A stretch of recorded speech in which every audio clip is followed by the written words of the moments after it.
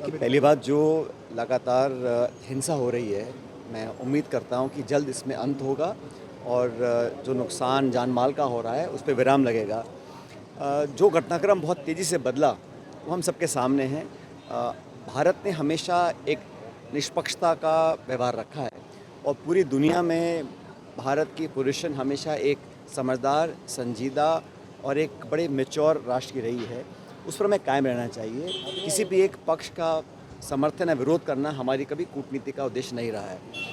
जहाँ तक जो एक्शन हुआ है अमेरिका के माध्यम से, वो ना तो संयुक्त राष्ट्र का है और ना ही किसी एलाइज़ का है। सो मोटो अमेरिका ने आक्रमण किया और हम लोगों को खासकर जो हमारे जो तटीय इलाके हैं, वो जो इंटरनेशनल वाटर्स हैं या हमारे खुद के जो शोर्स हैं, वहाँ पर जो ये हवाई समुद्री जहाज़ को गिराया गया है, ये मैं समझता हूँ कि इस पर हमारी सरकार को और देश को कोई स्टैंड लेना चाहिए, क्योंकि युद्ध कहीं और हो रहा है और किसी कारणवश हमारे क्षेत्र में, हमारा जो क्षेत्रफल है, जो हमारा एरिया ऑफ इन्फ्लुएंस है, उसमें अगर इस प्रकार वन साइडेड एक्टिविटी होगी तो कहीं ना कहीं भारत की जो टेरिटोरियल इंटेग्रिटी है, भारत का जो निष्पक्ष स्टैंड रहा है, और हम लोग कुछ नहीं कहेंगे इस बात पर, मुझे लगता है ये चुप्पी जो है ये गलत है। भारत ने हमेशा सही को सही कहा है, गलत को गलत कहा है।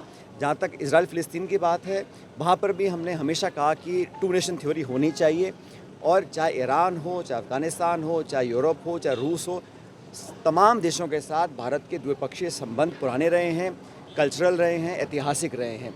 हमें अपनी कूटनीति, अपना सेल्फ इंटरेस्ट और भारत का जो परंपरागत तरीके से निष्पक्षता का आचरण रहा है, उससे हटना नहीं चाहिए। देश में अनेक प्रकार की सरकारें बनी हैं, कांग्रेस और गैर कांग्रेस में भी बहुत से प्रधानमंत्री रहे, लेकिन पहली सरकारें मैं देख रहा हूँ कि किसी न किसी दबाव में है। पहले ट्रंप एक तरह से डील हम पर थोपते हैं, 0% टैरिफ पे अमेरिका का माल पूरे भारत में फैल जाएगा। हम लोग 18% टैरिफ देंगे, हम लोग रूस से तेल नहीं खरीद सकेंगे, हम $500 बिलियन का माल उनसे खरीदने की कमिटमेंट कर रहे हैं। ये सारे जो टर्म्स एंड कंडीशंस हैं, ये एक तरफा है और हम लोगों ने बिल्कुल कान दबा के इसको मान लिया। देश भर के किसान आज विरोध में हैं, पूरी पार्टी और पूरा समाज समझ रहा है कि आने वाले समय में संकट का काल आएगा, किसानों के लिए, दूध उत्पादकों के लिए, कपास किसानों के लिए, सोयाबीन के किसानों के लिए, मक्के के किसानों के लिए। लेकिन लगातार जो हो रहा है, हम देख रहे हैं कि जो यूरोप के देश हैं, जो हमसे बहुत छोटे हैं, वो भी खड़े होकर बोल रहे हैं कि क्या सही है क्या गलत है। मुझे लगता है कि जो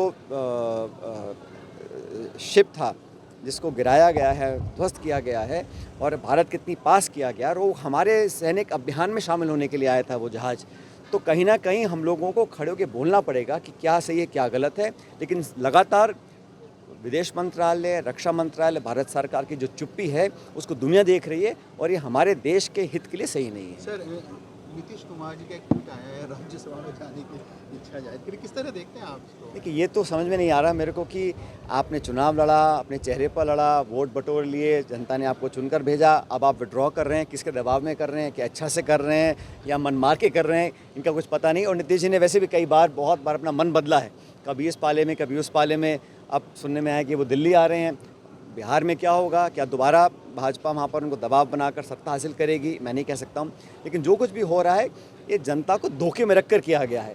अगर आप 6 महीने पहले बोल देते कि मुझे राज्यसभा में जाना है, तो हो सकता है परिणाम कुछ और आते बिहार के। सर, कुछ लोग अभी भी थर्ड वेव में फंसे हुए हैं, वीडियो सामने आ रहे हैं कि वो मदद मांग बिल्कुल, मुझे लगता है कि भारत सरकार को कोई भी कसर नहीं छोड़नी चाहिए। अगर हमारा एक भी भारत का नागरिक विदेश में फंसा है, उस खाड़ी क्षेत्र में फंसा है, तो उसको सुरक्षित लाने की जिम्मेदारी हम लोगों की है।